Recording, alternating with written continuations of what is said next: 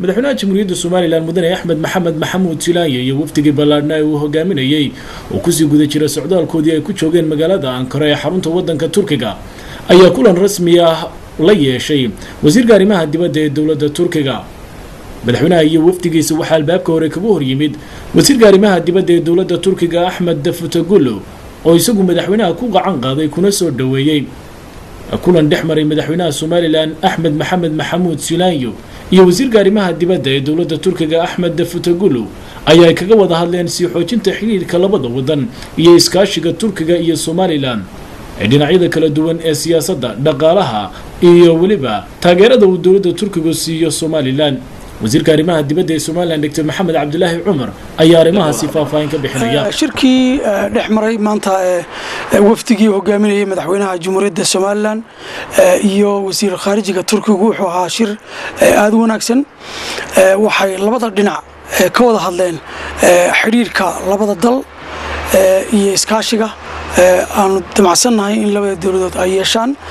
waxaa kaloo dib loogu noqday shirarkii dhowaanba dawladda Soomaaliland iyo dawladda Turkiga dhexmarayay wasiirka arrimaha batroolka, wasiirka arrimaha mucaawinada iyo wasiirka ra'iisul wasaaraha dalkan dhexmaray iyo dawladda Soomaaliland iyo arrimihii labada geesood ay ku heshiiyeen baa dib loogu noqday.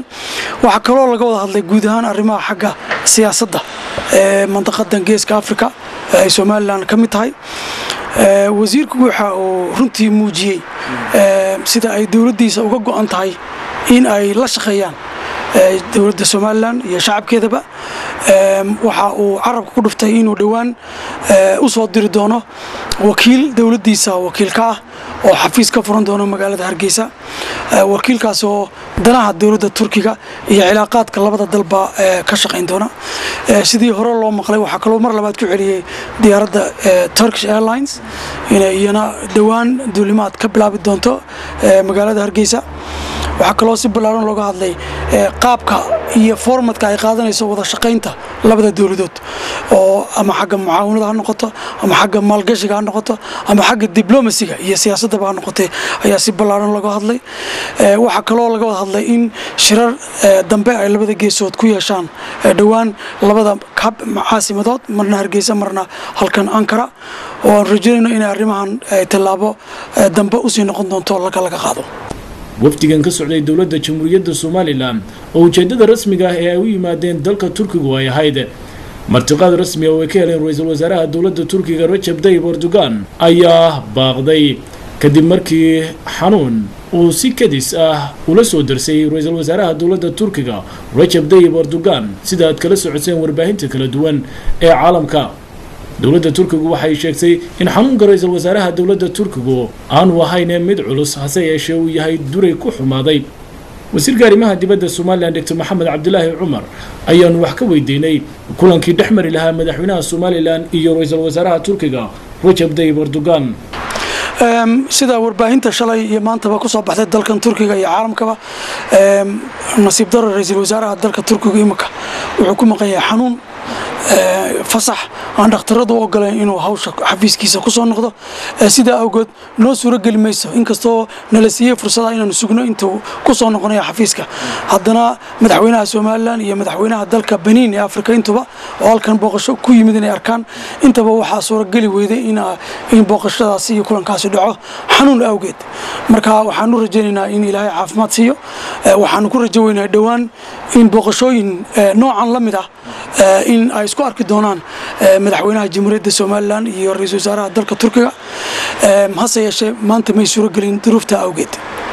madaxweynaha Soomaaliland iyo wafdiga ballaaran ee uu horkacayo waxaa qado harimo sharafeeda u sameeyay wasiirka arrimaha dibadda ee dawladda Turkiga Ahmed Davutoglu iyadoo gabagabadiina wasiirka arrimaha dibadda ee dawladda Turkiga uu madaxweynaha Soomaaliland iyo wafdigiisa soo galbiyay ilaa iyo inta laga soo gaarayay baabuurta gaarka ah ee loo qorsheeyay madaxweynaha Soomaaliland iyo wafdigiisa.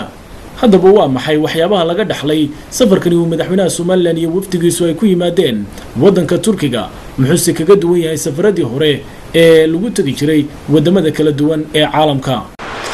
runtii marka la sheego safarkani waxaa safaradii ugu qiimaha badnaa madaxweyne Axmed Siinaaye ama madaxweyne reer Somalilandba uu abid ku baxo dibadda inkastoo sharafta iyo karaamada Jamhuuriyadda Somaliland ay muddo soo koraysay iyo sida caalamku uu soo dhaweeyo ula falgalo ula shaqeeyo una qiimeeyo inkastoo aad u soo kordhisay haddana waxa muuqatay safarkan inuu ka duwanaa marka laga eego matalan sharafta iyo karaamada madaxweynaha iyo dalkaba la siiyay iyo wafdigiisaba hase yeeshee Prime Minister ku-xigeenku sidii uu soo qaabilay waxa ahayd iyo wasiiradii kale la kulanaba si aad iyo aad u qiimo leh milgii madaxweynenimo leh milga qarannimo leh si wanaagsan loo soo dhaweeyay run filayana inay saxaafadda kala socdeen sidii adigoo wariyaha khaaska ah ee madaxweynaha Jamhuuriyadda Somaliland baad shacabka reer Somaliland ugu soo tabinaysay Ra'iisul Wasaaraha Dowladda Turkiga Recep Tayyip Erdogan waxa uu haatan ku sugan yahay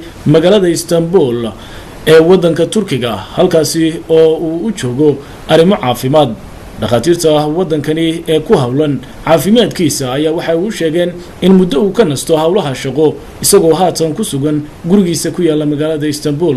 Maxamed Cawaale, Ankara, dalka